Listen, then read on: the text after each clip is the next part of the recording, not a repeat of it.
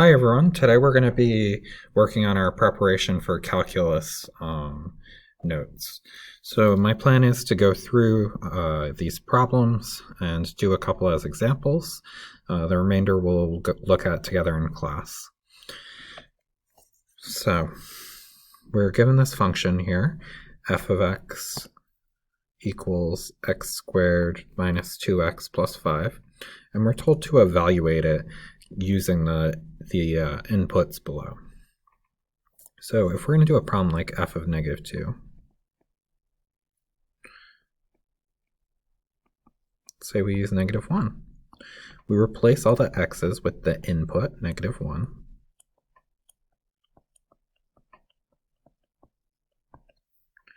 So then I'll have 1, and negative 2 times negative 1 is positive 2, plus 5, or 8. Let's say we had f of x minus 3. We're going to replace our x with our input, x minus 3. So we've got x minus 3 squared minus 2 times x minus 3 plus 5. X minus 3 we're going to have to FOIL. And then we distribute our negative 2.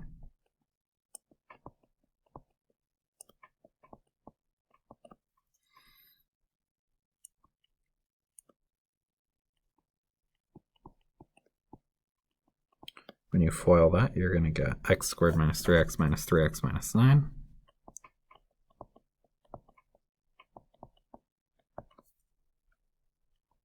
Combine your like terms, we got negative 3x, and negative 2x, or negative 8x. And we got negative 9 and positive 6, negative 3 and positive 5, positive 2. There's our answer. So if we boot scoot on down here, now we've got two functions, f of x equals x squared minus 5, and g of x equals 2x plus 5. So these problems are compositions where we're substituting one function into the other. So if I'm looking at g of f of x here, my input would be f of x. So that means I'm going to replace x in my f equation. X in my g equation with x squared minus 5. So I got 2 parentheses x squared minus 5 plus 5. Distribute your 2, you've got 2x squared minus 10 plus 5, or 2x squared minus 5. All right, so far we've gone through and we've done an example for each problem type. So what I want you to do with me when we're in class is we're going to look at these problems together and kind of work through them. So there's two types of problems we've got here. We're still using compositions, just now we're looking at it with a table. So let's say we're looking at g of f of 1. So f of 1, I look at when x is 1, I say, what's f? Well, f is 0. So that means I've got g of 0, because f of 1 is 0. Then I look at g of 0, so I go across and I say, well, what's a g? G is 6, so g of 0 equals 6. That's my answer. Inverses mean we're working backwards. So this is my f of x, my output. Right, so that would be, I'm sorry, I need to use a different number. Let's say we do 4. So my output is 4. What's my input? That's what an inverse asks. So I go back to my x, and it just so happens to be 4. All right, and this last one's multiplication. So moving on down. Oops, sorry about that. Why does it keep doing that? All right. So now we're going to talk about the characteristics of functions. All right. And once we've done that, we're going to look at some examples. So factors are going to be the variable expressions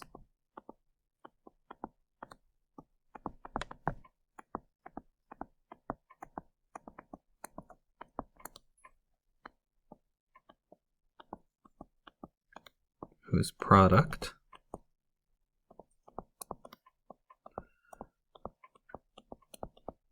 results in the expanded form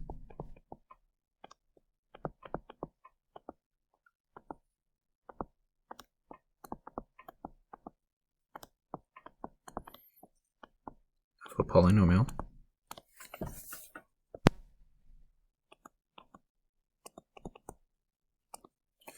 And remember, we can use factors to find our x-intercepts. So if we set them equal to 0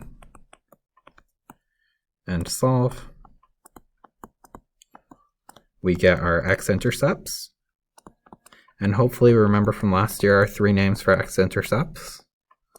Our other names are roots and zeros.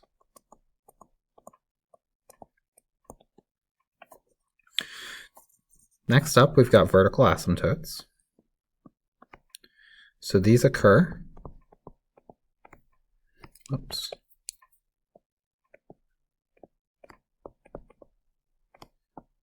when the denominator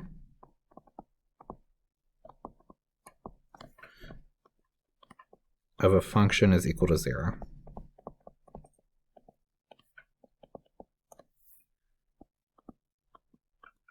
So we're looking for some x that makes the denominator of our function 0.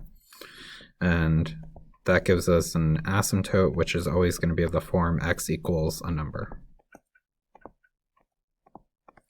So for example, if I had f of x equals 1 over x minus 3, the denominator equals 0 when x is 3, so my vertical asymptote would be x equals 3. Horizontal asymptotes are going to be, let's use the same verbiage. They occur when, why do I keep wanting to put an E on occur? Something's a little off today. So they occur when the end behavior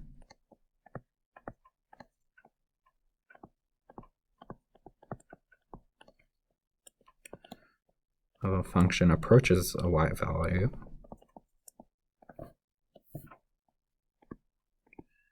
but never reaches it.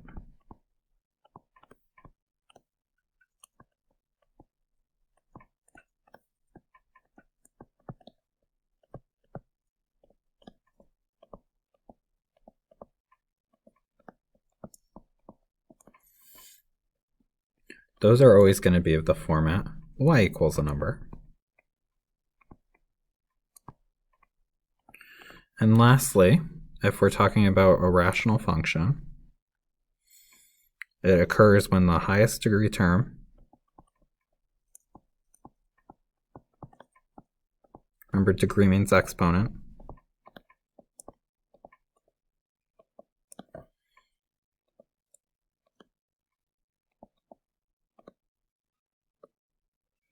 I should highest degree terms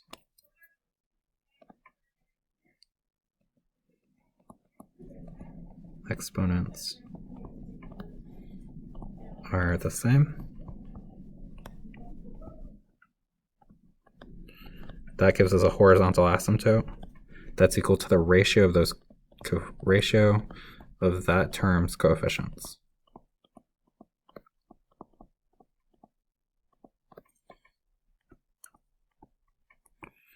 For example, if I had f of x equals 2x squared plus 1 over 3x squared, I'd have a horizontal asymptote because the highest degree term is x squared, and those are the same exponents. And my asymptote would be y equals the ratio of their coefficients, 2/3.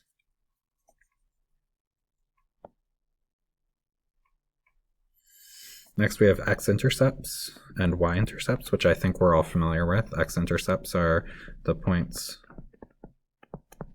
where our function crosses the x-axis.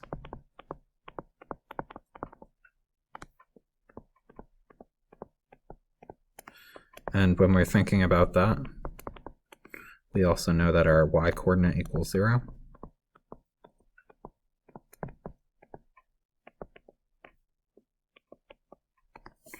And y-intercepts are similarly defined. It's going to be the points where our function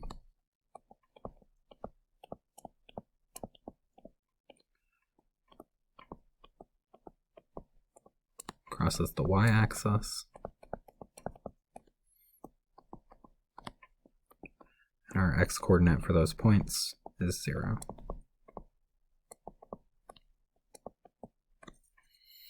All right, we're still talking about familiar ideas, domain and range. So domain, remember, is the set of inputs. In our case, that's going to be x's most of the time. So the set of inputs or x's. And when we do domain, we go from the left to the right.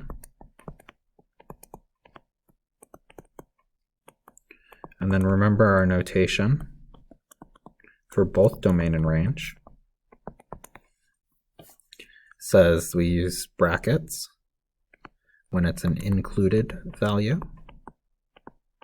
and we use parentheses if it's infinity, positive or negative infinity, or excluded. Range is the set of outputs. Most of the time we're going to be talking about y-coordinates. So the set of all outputs.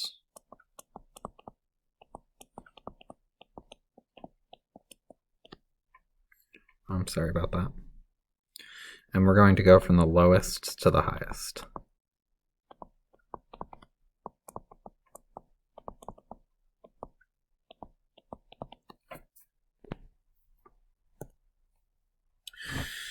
Increasing, we're looking at as x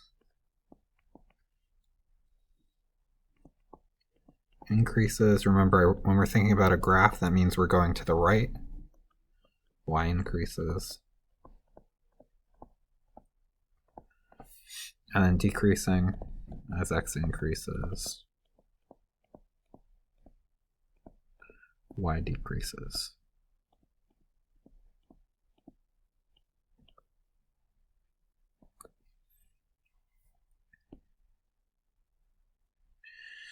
Absolute max and global max, or the global max, those are synonymous. So I'm just going to write max, but we know that we're talking about absolute here. So that's going to be our overall highest point.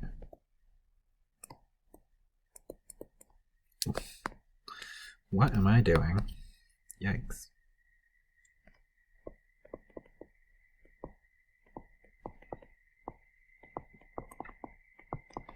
And our absolute or global min is going to be our overall lowest point.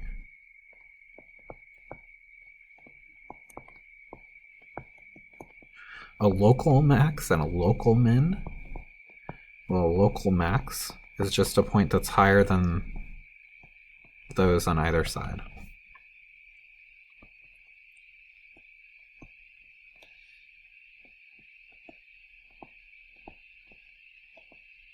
So I'll say higher compared to the neighbors.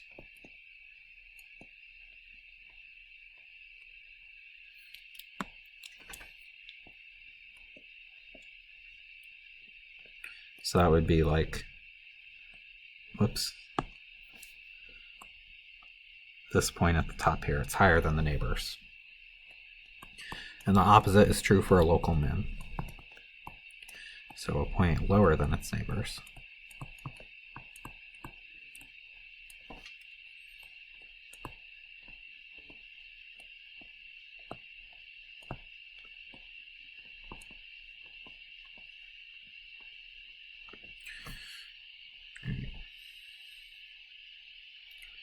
concave up is going to be when we've got a graph that's opening up.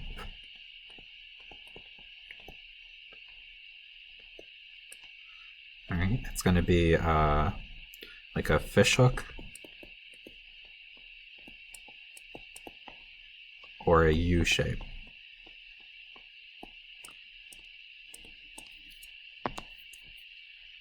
All right, so it's going to look like this, or this, or this.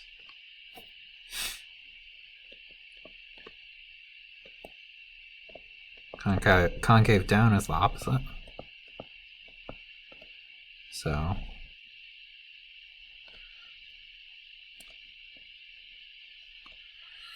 those guys are concave down. And an inflection point is where we change concavity. So point where concavity changes.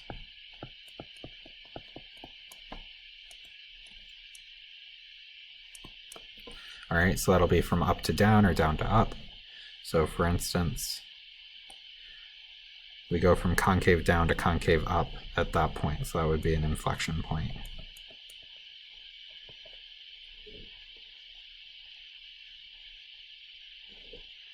All right, these are specific questions. So we're going to look at these together in class. Scrolling. Same thing with 14. All right, let's talk about these ones. So when we rewrite radicals as exponents, there's a property that's important for us to remember. So I've got x to the m, and I'm taking the nth root of that. So that means that's going to be a fractional exponent of m over n. So if I've got the cube root of x squared, that would be x to the 2/3. If I've got 1 over square root x, square root's like having a 2 here, that would be x to the negative 1/2, because the negative flips it down to the denominator. Right, so these problems have you going from radical to exponent and exponent to radical. And then lastly, our unit circle, we just need to remember the values. So if I asked what's sine 3 pi over 4, you need to know that that is root 2 over 2. All right, remember all students take calculus. And that tells us what's positive in each quadrant.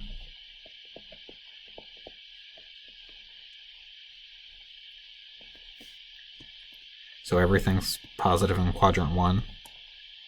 Quadrant 2, sine is positive. Quadrant 3, tangent's positive. Quadrant 4, calculus is positive. Let's just go around and throw on our tangents. So tangent here would be 0 divided by 1, so 0. 1/2 divided by square root 3 over 2, so square root 3 over 3. 1 square root 3, undefined.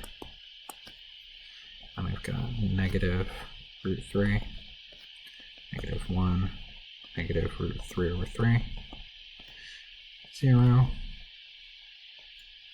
root 3 over 3, 1, root 3, undefined, negative root 3, 1, negative 1, negative root 3 over 3. All right, and that's it for our notes video.